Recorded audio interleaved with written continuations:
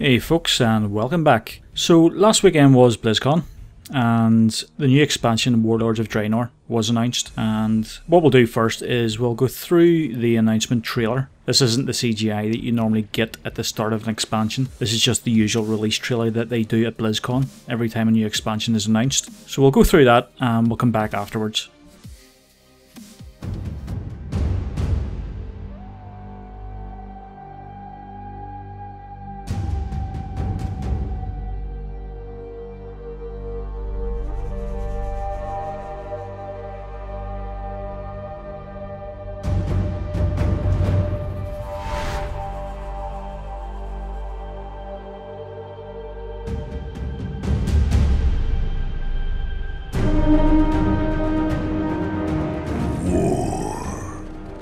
It is the lifeblood of this world.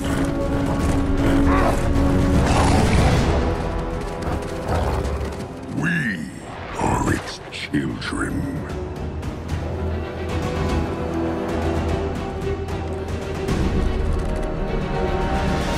Soon, its masters.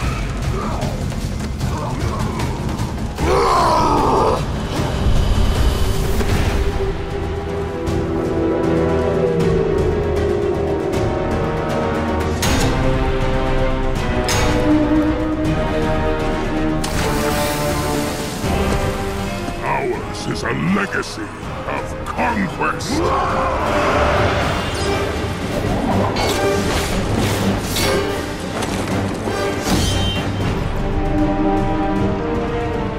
Rising tide of blood and iron that will wash over this world and all others.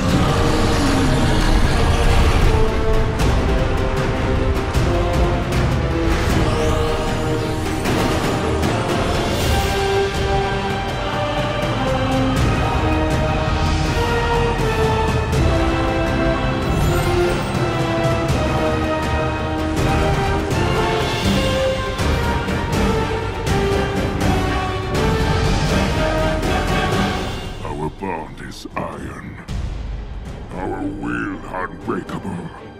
Who will stand against us?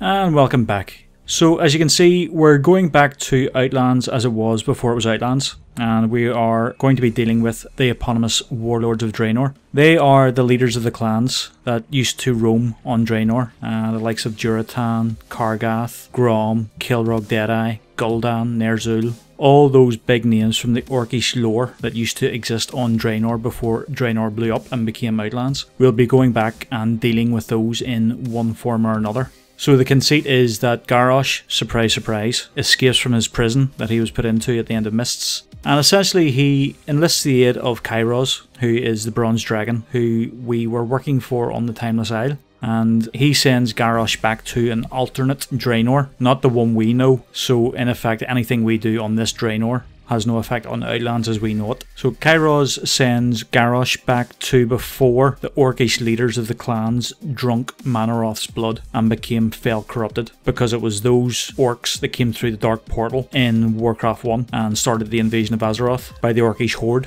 But these guys, Garrosh actually does one good thing and stops them drinking that blood. But they do still become the Iron Horde, and Garrosh tries to rally them to come back to Azeroth, our current present day Azeroth, and wreak havoc and get his revenge for being defeated in the Siege of Orgrimmar. So with the conceit of the story and the backstory sorted, the setting and the history and what we're there to do, going further on then into the expansion and what is actually coming along with it, the big one and the most important one for a lot of people is going to be the new character models. They have released quick previews of quite a few of the models actually. There's the male and female orcs, there are the male and female gnomes, there are the male and female dwarves, there are the male Forsaken, and there is a quick one-shot look at the male Tauren. You may have missed the female orc as well, so here she is.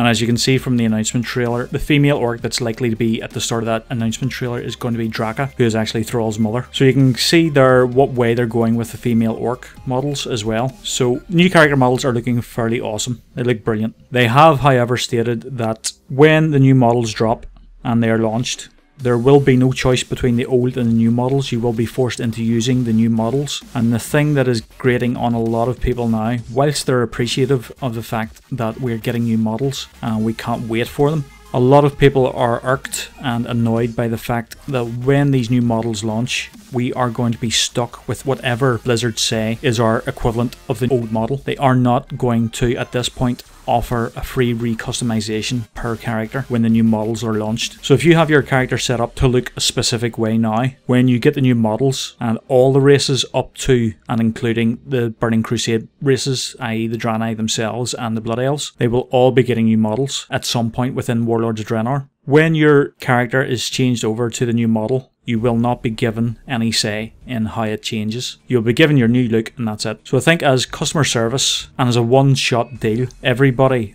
even if above a certain level, say level 60, should be given the option of a free recustomization, a one-time only deal per character, because what I may like in the old models may not be what I prefer in the new models. There may be a better looking new model available that I would prefer than is available than what I'm given. So the other big news, which was a bit of a surprise in the trailer, was that the Instant 90, and this will, with the purchase of the Warlords of Draenor expansion pack, allow you to instantly level any one character, even a brand new created one, level 1, straight to level 90. Now the way that's going to work is that all the characters in Warlords of Draenor at the very start of the expansion, they're going to be going through this experience similar to the Death Knight starting experience, and especially for the fresh level 90s who have just been created. So say I wanted a level 90 priest, which I don't have. My priest at the moment is like level 34. If I was to create a brand new priest from scratch and instantly level that to level 90, I will go through the starting experience at the start of Warlords of Draenor and be given out my major abilities on an ongoing basis as that experience continues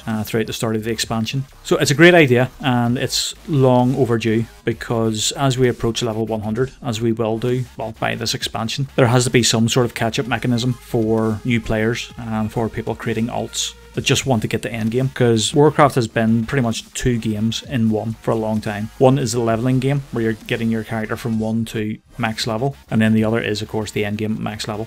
So this is a great way to get new players straight up to speed and playing with their friends. Also ties in with a new Recruit a Friend model, which has been recently announced.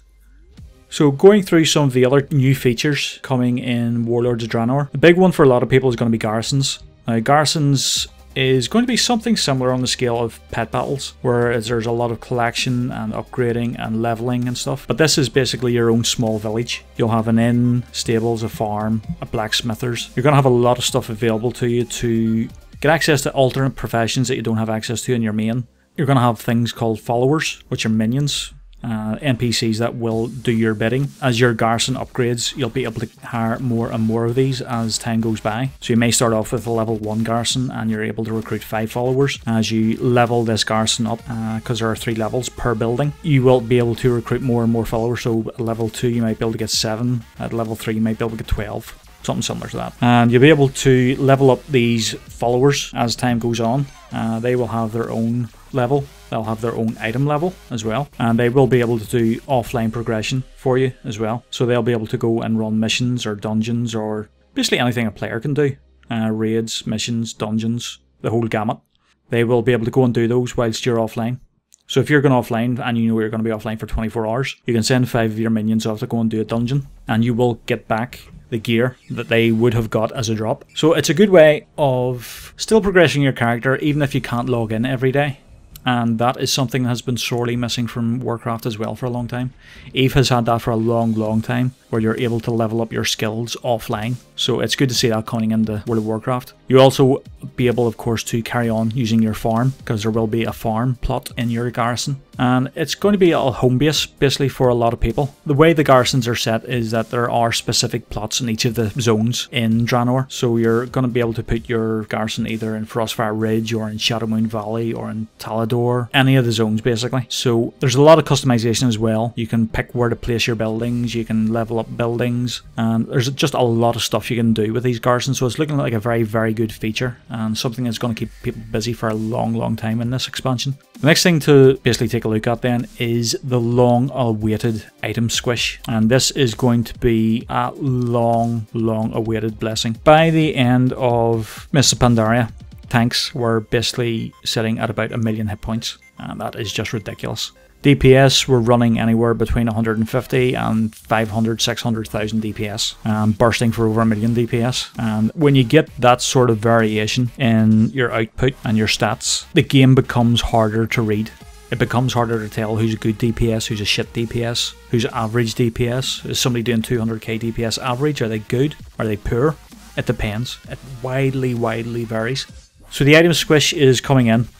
Thank God, and from what was seen on the floor at BlizzCon, tanks are going to be returning to their Wrath sort of health levels. So a tank in Warlords of Draenor to start off with will have about 45k health. That's a massive drop from Mists of Pandaria, and I'm glad. The other thing to take a major note of is the changes to armor itemization and the stats as well. That ties in directly to that. The stats first. Hit, expertise, they are both gone. They are no longer a consideration in Warlords of Draenor. I'm just going to call it Warlords from now on. So hit and expertise are going, they're gone. I think Blizzard are just going to automatically assume that everybody is hit capped and expertise capped to the level they need to be. So obviously tanks are going to have that basic expertise cap, hard cap built in. The other major change for tanks is that, thank God, dodge and parry are also going.